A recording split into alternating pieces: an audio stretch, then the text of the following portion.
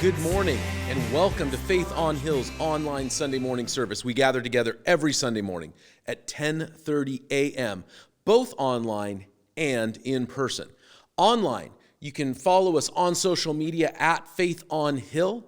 You can check out our website, faithonhill.com, where this is live streaming right now. And you can search Faith on Hill Church on Spotify, Apple Podcasts, YouTube to check out all of our online content. Now, Easter's early this year. That means next Sunday is Palm Sunday, kicking off Holy Week, and then we'll have Good Friday service and Easter Sunday morning. So Easter is early this year, and it throws everything off. Spring break, the whole thing, it's like, whoa, that came quick. That's all right. So next Sunday morning, we'll have Palm Sunday service.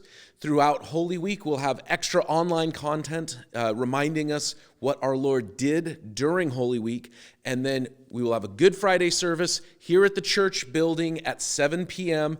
and then Easter Sunday morning at 10:30 a.m. All right, we are going to continue our study in the book of Joshua, and we'll be in Joshua chapter 10. Well, Joshua chapter 10, verse 1 says that Adonai-Zedek, the king of Jerusalem, heard that Joshua had taken Ai and totally destroyed it, doing to Ai and its king as he had done to Jericho and its king. And so all the people of Gibeon had made a peace treaty with Israel and had become their allies. He and his people were very much alarmed at this, because Gibeon was an important city, like one of the royal cities. It was larger than Ai, and all its men were good fighters. So Adonai-Zedek, king of Jerusalem, appealed to Hoham, king of Hebron, Param, king of Jarmuth, Japhiah, king of Lachish, Debir, king of Eglon. Come up and help me attack Gibeon, he said, because it has made peace with Joshua and the Israelites. So basically you could see the argument that before all this, okay, they took out Jericho, but that was just, anybody can get lucky once. Oh my goodness, they took out Ai. Now that's a big city. That's, but it's not that big. Oh, the Gibeonites have made a peace treaty with them. My goodness, they are big and powerful. They have good fighters that are important. This could get really bad really quick. And you could see where Adonai-Zedek is thinking, okay, Gibeon just made a treaty with the Israelites, and so other kingdoms might want to do the same. So they're going to go attack the Gibeonites to send a message. If you side with Israel, we're going to take you out. And also they're going to send a message to Israel, like, we're not afraid of you, we are not backing down.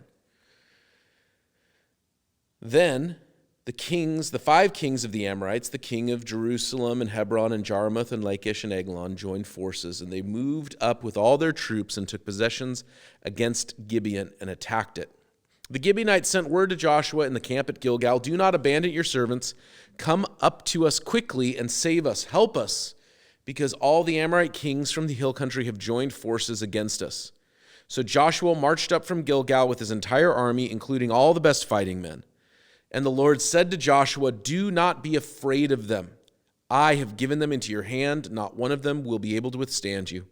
And after an all-night march from Gilgal, Joshua took them by surprise, and the Lord threw into confusion before Israel. So Joshua and the Israelites defeated them completely at Gibeon. Israel pursued them along the road, going up to Beth-horon, and cut them down all the way from Ashka to Makdah.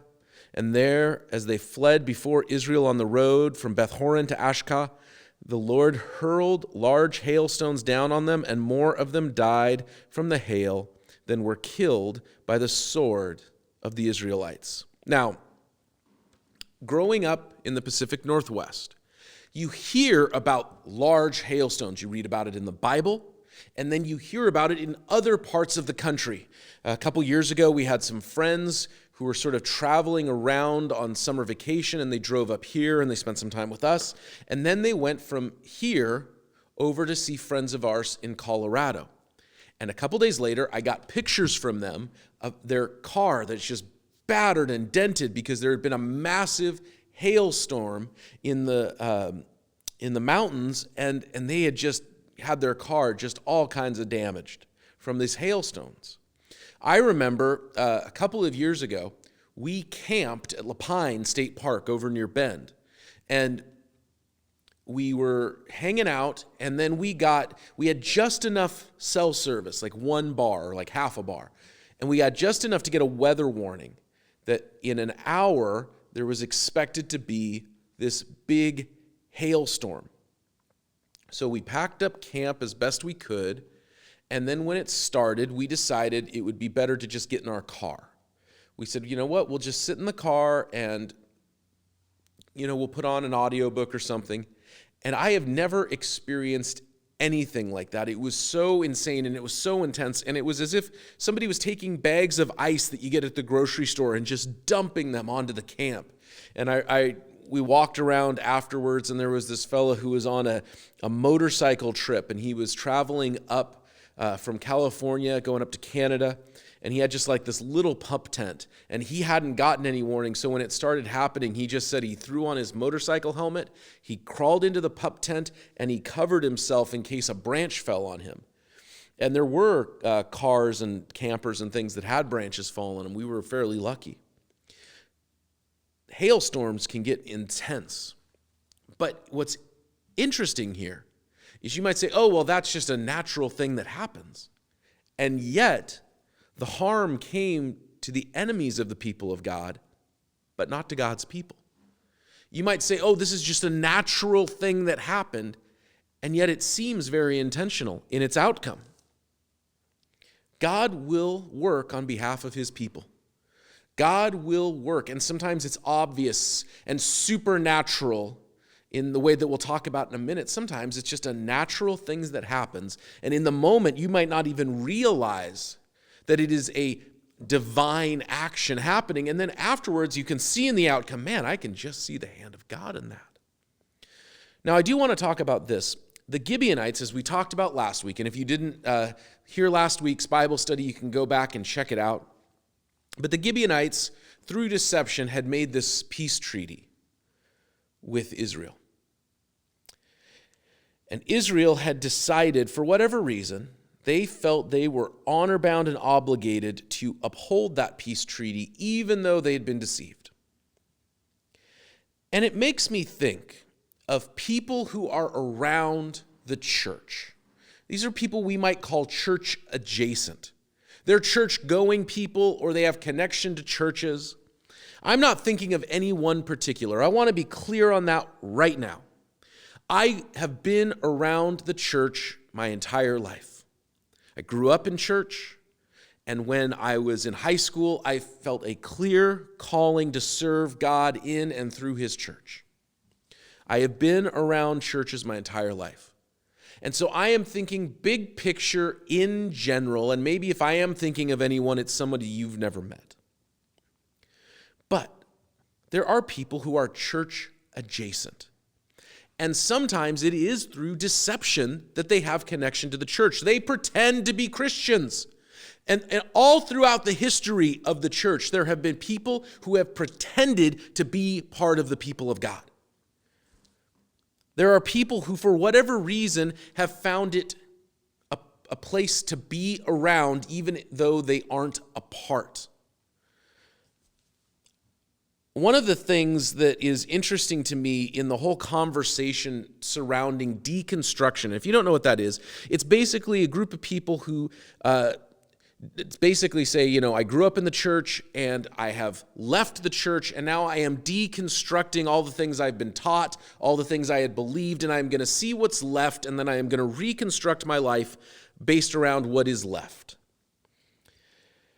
One of the things that's interesting to me about deconstruction is in so many deconstruction stories, I only hear people talk about, I grew up in the church and then I didn't like that the church taught me this. And they never talk about the safety found in churches. I recognize that the church has not been a safe place for everybody. I think I've talked frequently enough about this to have some shred of credibility in to say the church has not always been a safe place for people. It hasn't always been a safe place for me. And yet, it is a place where we have found safety. I knew so many kids, either when I was in youth group or when I was a youth leader or a youth pastor, and they found safety. For all of these stories of people who, I was hurt and abused. And by the way, again, I acknowledge that has happened. My wife talks a lot about finding safety in the church when she became a Christian, did not grow up in church. My mother-in-law, not a church-going person. And then they found safety and support in the church. And I have seen this where people find welcome and safety. And here's a group of people that seem to care about me. And they themselves are not Christians. But they find a place where, I was genuinely cared about. And what's funny to me is some of the people I've known who have kind of claimed a deconstruction of sorts. They'll talk about, I left and nobody cared about me. And it was like, well, actually what happened is you left. A bunch of people did care about you, and you burnt every bridge that you had while people were trying to care about you. And quite honestly, that's been my experience far more than I have experienced people being hurt in the church.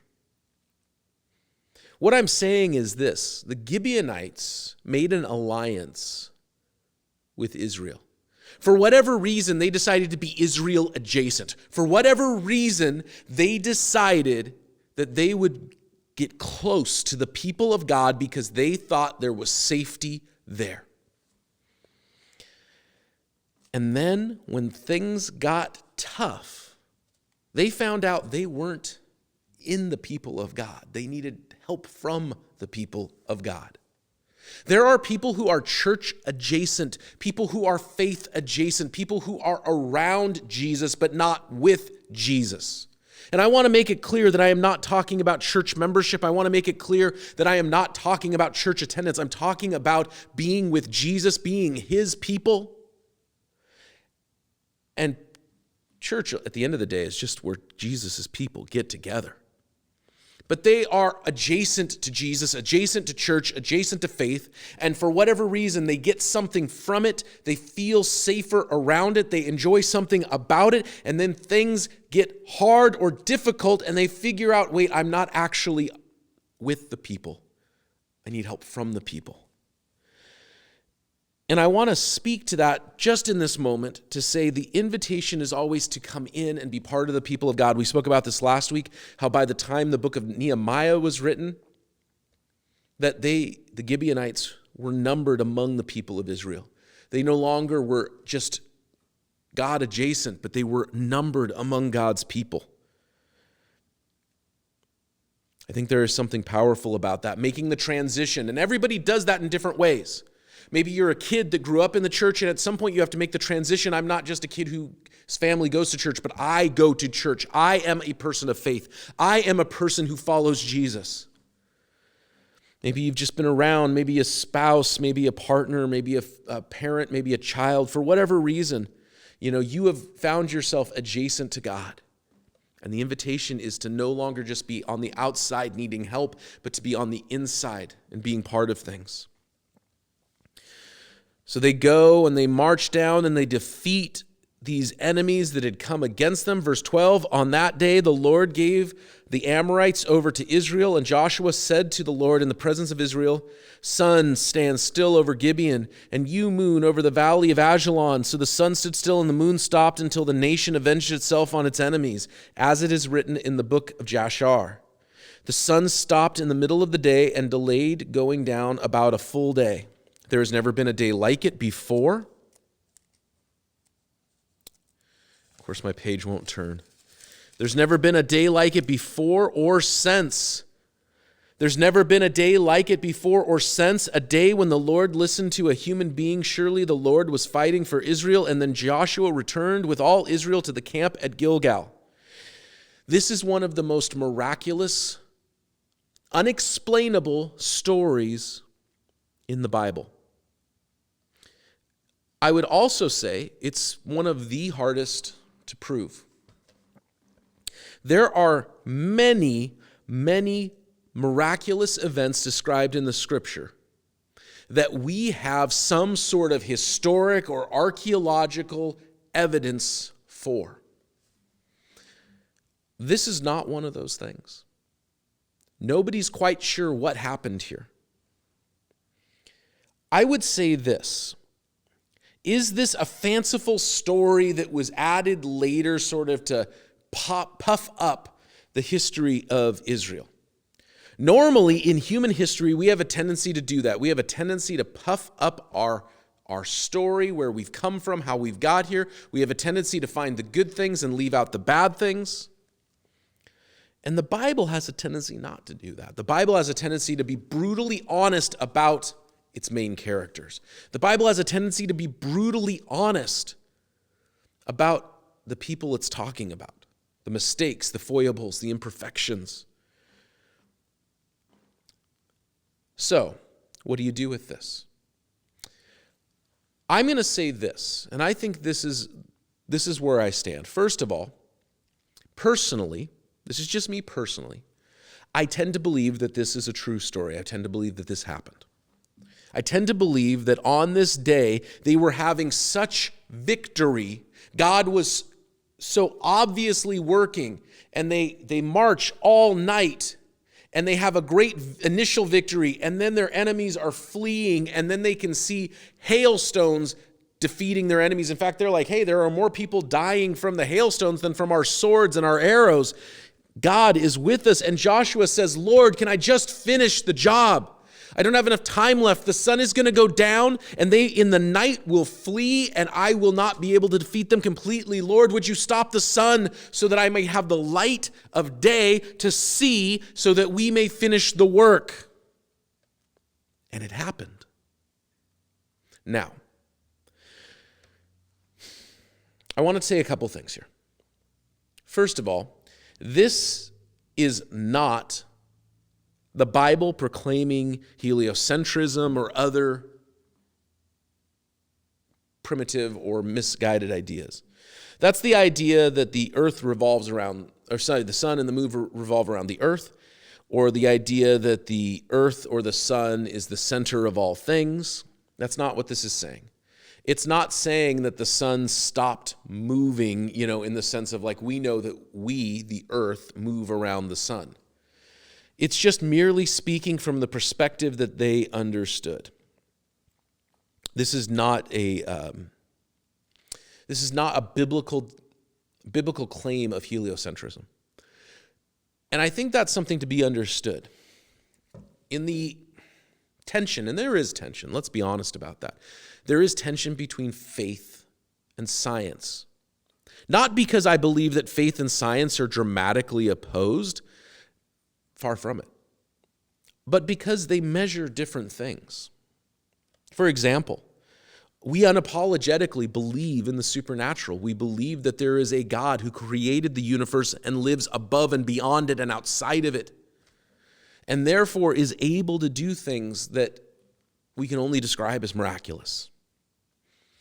One of the things I've appreciated, and I'll say this again, appreciated about the Marvel movies, is that scene in the first Thor film where he says, like, what's the difference between magic and science? If you traveled back in time with jet planes and radar and all of these different things, would you not think it magical? In fact, it's a fairly well-documented story that Columbus was able to kind of trick some of the tribes that he met in the Caribbean through science and pretending that science was divine power. But they just had, in that area, a greater scientific knowledge than the people they were interacting with. It is possible that miraculously God allowed this to happen. That is possible. It is possible that something celestial, such as a comet, happened, and it was able to give off enough light for them to think that this is what had happened. It is possible that something else happened that we do not understand. There is, quite honestly, a lot of uncertainty. We know that ancient peoples used a 360-day calendar. we use a 365-day calendar. And, for a few years, using a 360-day calendar is not really the biggest deal, but using a 360-day calendar will get you off track real quick. And yes, there are leap months and all that kind of stuff, but there's a lot of debate about why they chose a 360 calendar. Did something happen in ancient times that changed things? And I don't want to get tinfoil hat or conspiratorial. What I'm saying is this: I don't know what happened there. Was it miraculous? Was it something celestial that they mistook for being a certain thing? That's possible. But this comes back to a basic reality of our faith. My faith is not in the book of Joshua. My faith is in Jesus. I believe that there is a God, a divine force, a higher power, whatever word you want to use, that there is a God, and that he created this world that we live in. We live perfectly. We're not too far away. We're not too close to the sun. We have the right orbit, all of these things that promote life. And I believe that God created this world and put his creation in this world, and that within this world he created a garden and he put the first people in that garden. He said, here you go. And that those first people rebelled against God and fell into the curse of sin and death, the curse of sin and death that we still are afflicted with to this day. And I believe that ever since then, people were trying to figure out, how do we make this all work? And you can see every religion is like that first religion at Babel, where they were trying to reach God. I will try to attain enlightenment. I will try to attain perfection. I will have enough discipline. I will have enough spirituality. I will eat a restricted diet. I will follow these rules or these customs. I will do a certain amount of penitence. I will look for power, whatever it is, so that I may achieve. But the message of the Bible is this: no one could achieve. It didn't work. And that's why in the book of Galatians, the apostles teach us that the Old Testament law was actually meant to teach us. It's a tutor. It's meant to teach us, to school us, to show us that we cannot achieve the perfection of God, and that only God could do the work. And so God himself became a man. That's the incarnation of Jesus. That he himself, it says in the Gospel of John, became human flesh and dwelt among us. And that Jesus, this fully human, fully God man, walked on this earth and never sinned. And when he went to Jerusalem that final week, we're about to celebrate Holy Week, that he was arrested, though he had done nothing wrong. He was tried, though he was innocent. He was found guilty, even though he had no guilt. And when he was beaten and spat upon and abused and finally crucified, this sacrifice was acceptable to God the Father. And all of the sins of the world that have ever happened or ever will happen were placed on his shoulders. And to prove his victory, he rose from the dead 3 days later, and he was seen by over 500 eyewitnesses who had all known or even physically seen Jesus publicly executed outside of the city walls of Jerusalem. And now, here is this person walking around, talking with them, eating them, giving them a hug. And he is the risen Jesus. That's who they believe to be the risen Jesus. That's what I believe. My faith, our faith, does not stand on the book of Joshua. It does not rise or fall on Joshua chapter 10. It rises or falls on Jesus and who he is and what he has done. So I leave stories like this to where they should be, their appropriate place in the hierarchy of our faith. I take the Bible seriously, and in general terms, I take the Bible literally.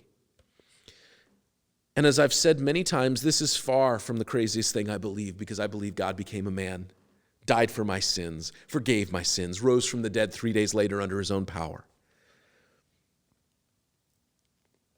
So I believe this happened. But if I found out that this hadn't happened, that this was sort of an addition from scholars or scribes later on, would that change my faith? And it would not. That being said, is this the most miraculous thing that God does in the Bible? No. So why should I make it the biggest barrier to faith and belief? Now, verse 16, the 5 kings fled and they hid at the cave at Mecca. And when Joshua was told that the 5 kings had been found hiding in the cave, he said, roll large rocks up to the mouth of the cave and post some guards there. But don't stop, pursue your enemies, attack them from the rear, and don't let them reach their cities, for the Lord your God has given them into your hand. So Joshua is saying, look, I get that they're there, but let's not focus on them. They are not what's important. He's actually kind of saying what I was just saying about, is this real or not? I get that that's there. We're not going to ignore it, but is that what's really important? So they roll up stones over the cave so they can't get out. They post a guard in case they try to push the stones away. And then they go on to what was really important, which was defeating their enemies. And there are so many people who want to focus on things that don't matter.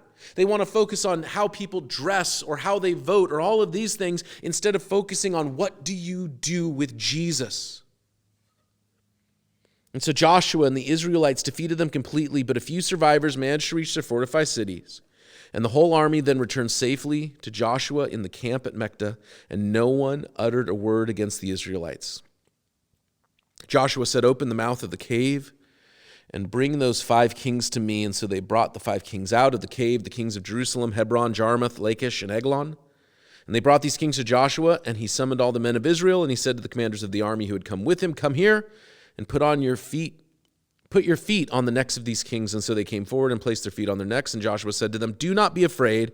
Do not be discouraged. Be strong and courageous. This is what the Lord will do to all the enemies that you are going to fight. And then Joshua put the kings to death and exposed their bodies on 5 poles, and they were left hanging on the poles until evening. And then Joshua gave the order that took them down from the poles and threw them in the cave where they had been hiding. And at the mouth of the cave were placed large rocks, which are there to this day. So what this is saying is this. Joshua was teaching his people a lesson. He said, look, you have feared these kings. You have thought they are powerful.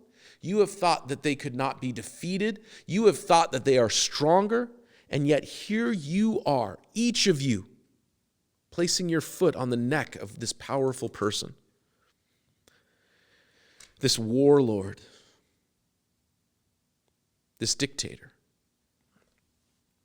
It is easy for us to think that somebody is too powerful or too strong, that some situation cannot be overcome. And yet, there is proof that that is not the case. It's also easy to think that someone can't change. But Joshua is proving that people can change and do change by the power of God. How did the book of Joshua start? It started with Joshua being told over and over and over again by God, be strong and courageous. And what do we see by the time chapter 10 comes along? Joshua is strong, he is courageous, he is praying big prayers, he is having great faith, and through that great victory, and now he himself is not just strong and courageous, but he is teaching others to be strong and courageous in the Lord. Think about the king who started all of this, Adonizedek, the king of where? Jerusalem.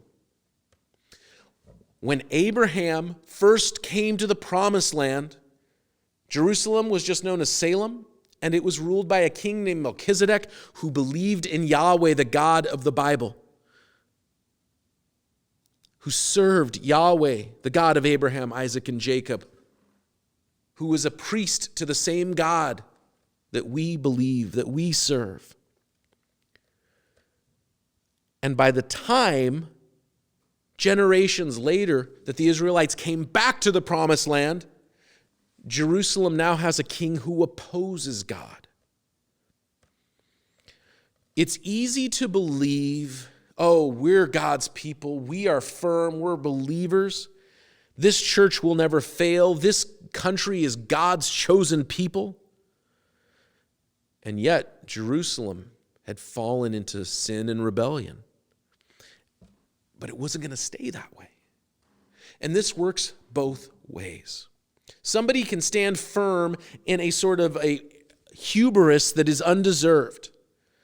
To think that we will always be doing what God wants just by virtue of who we are is hubris, arrogance, pride.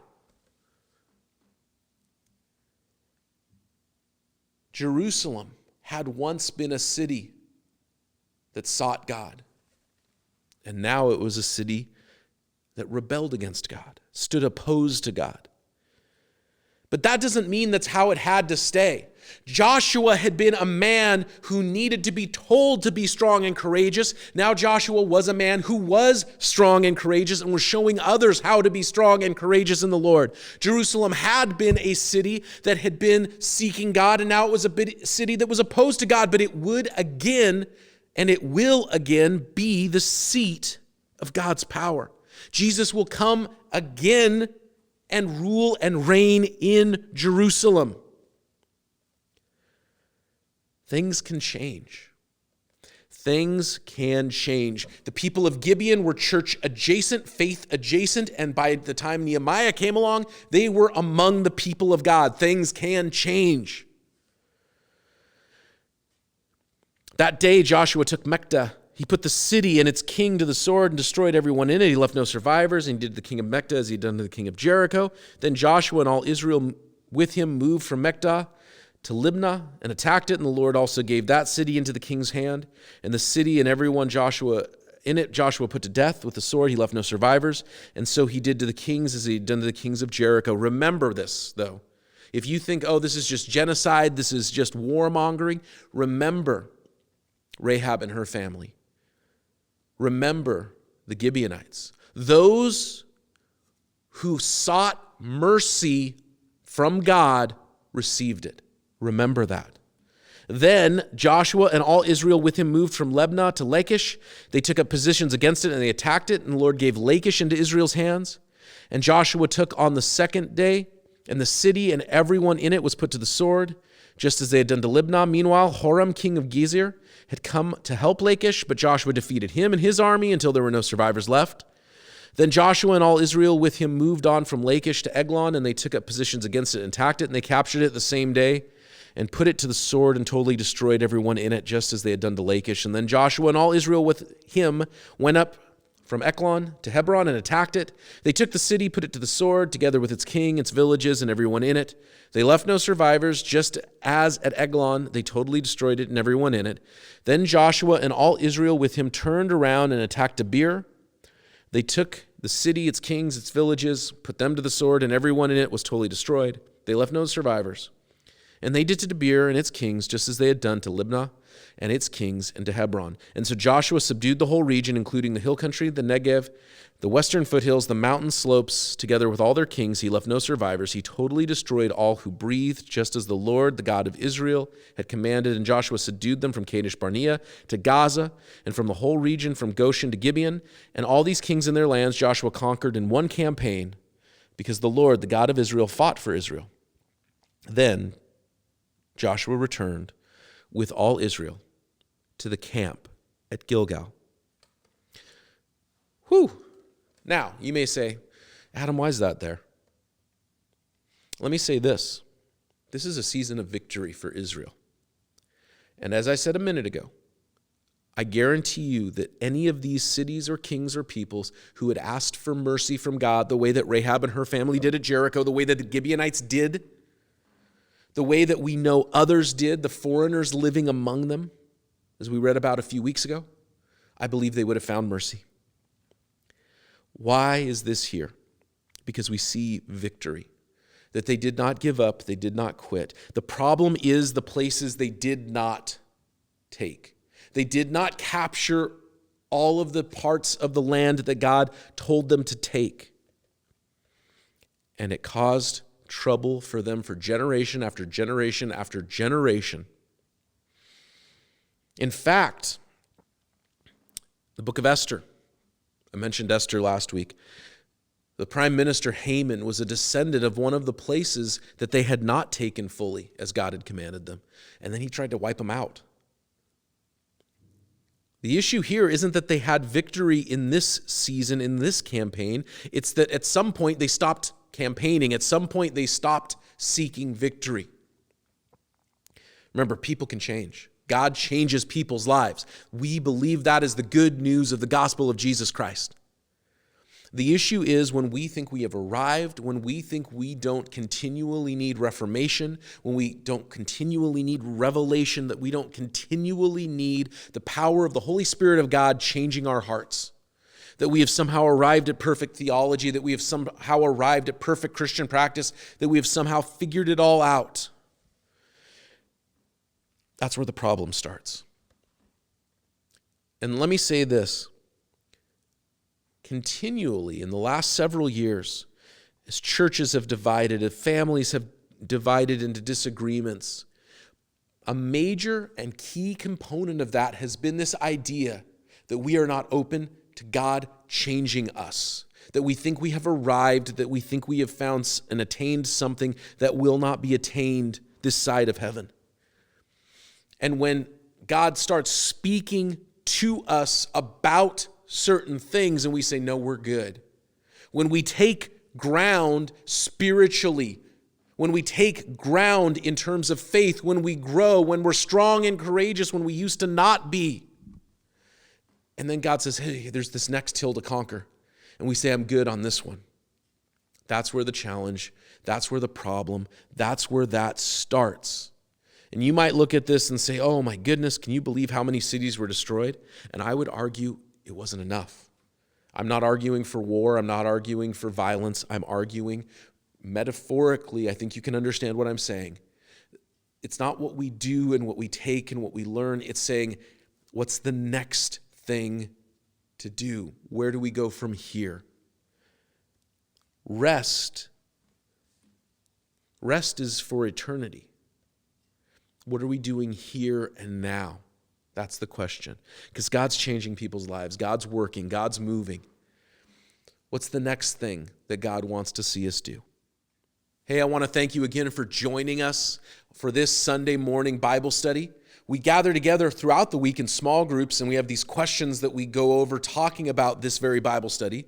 We have youth group on Tuesday nights at 7 p.m., and on Sunday mornings we have kids' church, and we started a new thing where once a month after church, our older elementary and middle and high school kids are hanging out after church, and we get pizza and we do all that kind of stuff. So love to see you out for any of our gatherings, any of our meetings. Next Sunday is Palm Sunday. We will celebrate and kick off Holy Week.